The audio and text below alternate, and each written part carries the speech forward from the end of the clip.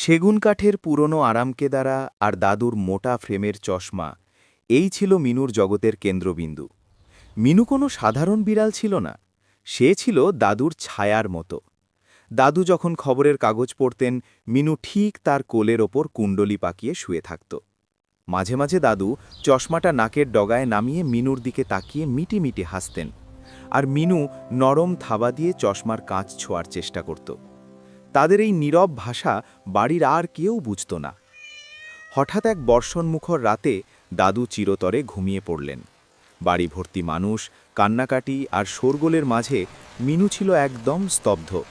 দাদুকে যখন সাদা কাপড়ে ঢেকে নিয়ে যাওয়া হলো, মিনু একবারও ডাকল না।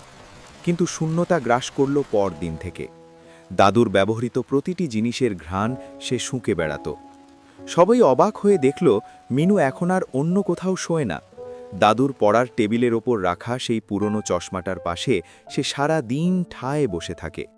কেউ চশমাটা সরাতে গেলে সে ফুস করে ওঠে, যেন এটাই দাদু লিখে যাওয়া শেষ চিহ্ন।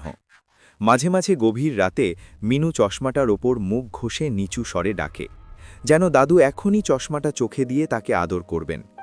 প্রিয় মানুষের স্মৃতি আগলে রাখা এক অবলা প্রাণীর এই নীরব হাহাকার দেখে বাড়ির সবার চোখ ভিজে ওঠে। ভালোবাসা আসলে কোনো ভাষা মানে না। শিক্ষণীয় বিষয়: ভালোবাসা কোনো ভাষা বা প্রজাতির সীমানা মানে না। মানুষের মতো অবলা প্রাণীরাও গভীর শোক ও বিচ্ছেদ অনুভব করে এবং নিঃস্বার্থ আনুগত্য দিয়ে স্মৃতির বাঁধনে আটকে থাকে।